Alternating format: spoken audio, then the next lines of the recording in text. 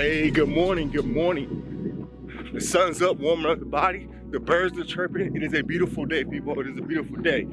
So today I got a nice easy run plan, 40 minutes. And I get it, I know what you're gonna say, that I do a lot of easy running. Indeed I do, but that's the purpose of the 80-20, building that base, building that foundation. Yesterday I had a tempo run. This is the first tempo run in a training block. So it's not as intense, but it can be. Had a warm up, and then I had 12 minutes at tempo, and then 2-minute recovery and repeat. So I did that twice, and then a cool down. But to get faster, right, you have to run slower. You have to build that base.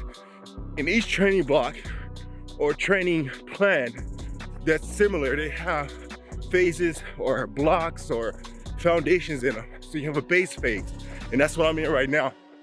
But I'll finish talking to y'all about that later. I'm gonna finish knocking out these miles.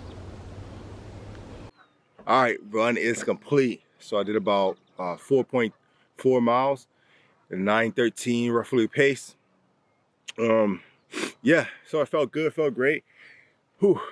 Nice, easy. At times the heart rate was spiking, but that's natural. That will happen no matter what because of elevation change, hills. Depends on how much time you got to sleep. So sometimes training by heart rate can be a little bit tricky. So you might have to go by RPE, rate of perceived exertion. Now, like I said, it was an easy run, nice, easy run. And then also, if you're out finding yourself out running, do the talk test. If you can talk, carry a conversation on. If it's hard for you to talk, then you're probably running too fast. A lot of times, most of us run too fast. I'm guilty of it too, thinking that I'm going out doing it easy, but in reality, I'm really doing it too fast.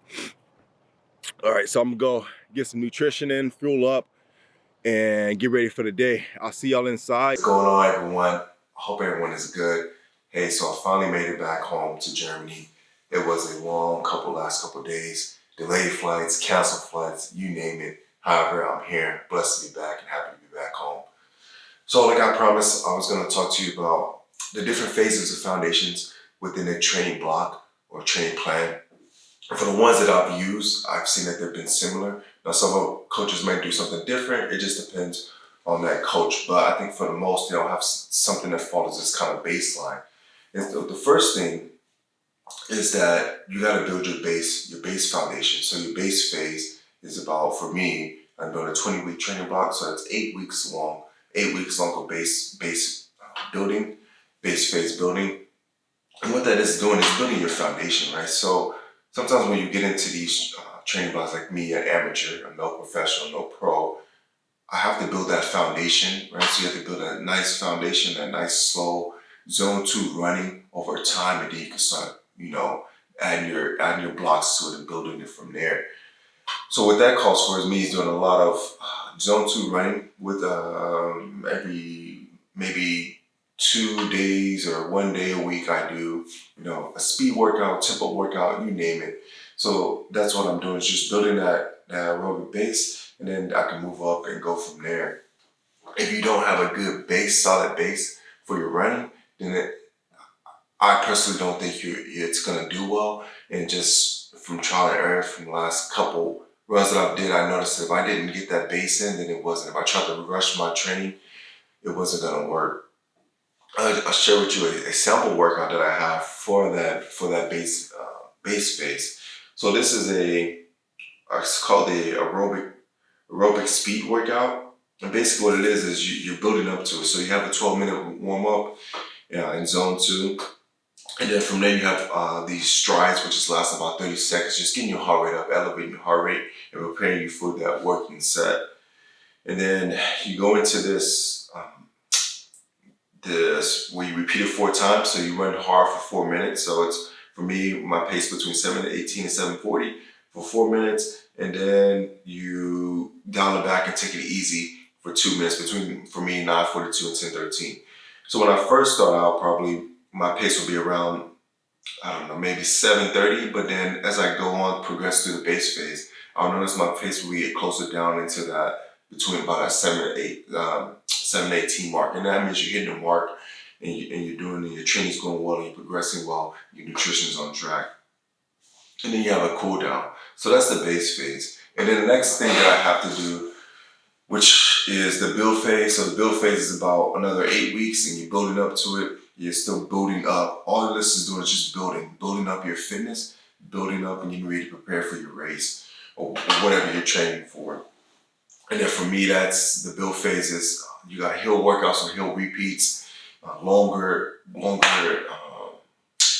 day runs. So you're running out for a long day. And then with this particular coach, he likes to base it off timing versus instead of actual distance. So I might do hour and 30, hour and 40. Just keep building up into that time block and just keep building onto it. Watching your heart rate, watching your paces, and of course your paces will change because in each one of these phases there is a fitness test, as I talked about in the very first video starting this prep. There's a fitness test that you have to do periodically throughout, and he has a structure. So okay, 4 weeks or 8 weeks, you're doing a fitness test to see where you're at, depending on what phase you're in. And then that changes your paces. Of course, your paces are going to come down. And what you want to do is your paces and your heart rate coincide, and your paces you're slowly getting faster over time, over distance. You're slowly getting faster so you can sustain that pace for a longer amount of time, building up to that half marathon. Then the next phase that I will have to do is it's called a peaking phase. So when you're peaking, and within that peaking phase, you have a taper as well. And I wear a Garmin watch, so I know that last time that I did this, back in 2021, beginning of 2021 time frame, actually 2020, when I got ready for the race, it showed that it was, when I was in the peaking phase, it didn't say I was in the peaking phase right away. But the night before, I looked down at my watch that said, okay, you're peaking. It was like 2 days before. And it even Garmin tells you like, hey, you don't want to stay in this too long because you don't want to stay in that peaking phase too long. So it's a certain window that you have that you're peaking because you have successfully tapered, which is part of the peaking phase.